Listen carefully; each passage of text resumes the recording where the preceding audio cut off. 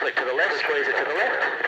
You can see the aircraft's now turning or banking relative. It's alright, just hold on to that control, that's good. Okay, and you can see now as a result we're turning. We go back the other way there. But gently, that's it. The aircraft rolls first, and then it starts to turn in the direction there. But once again, you notice the sensitivity and how easy it is to change that. There's no input. Yep. Right.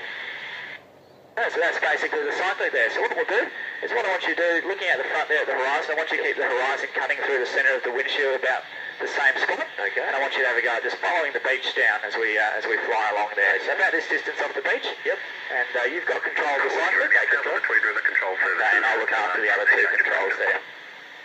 The key is there just to keep the picture out in front of us the same. Obviously we're going to roll little bits left and right to turn, but as long as we keep that horizon cutting through in the same point, the helicopter's going to stay at the same speed. Of course, up and down is our speed. It's really good.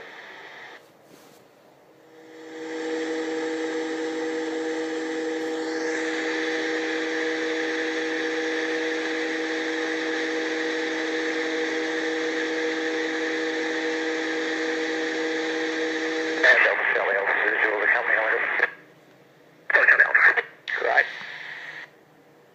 I'm just so surprised at the inputs, it's unbelievable.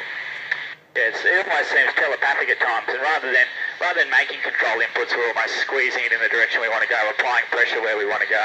The aircraft reacts. Okay. Thanks, Leah.